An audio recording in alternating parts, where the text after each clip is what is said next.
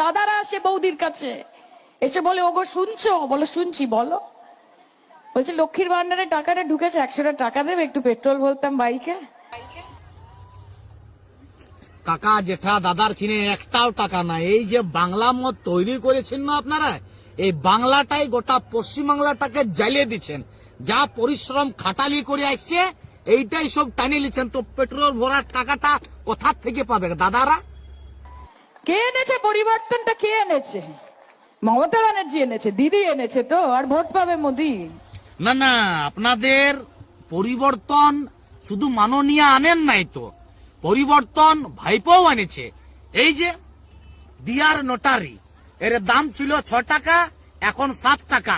গোটা পশ্চিমবাংলাকে ঘরে আগুন লাগার কাজ করছেন আপনারা। সাধারণ মানুষের কপালে তো আপনারা এই নোটারির পুরস্কার দিবেন নাই।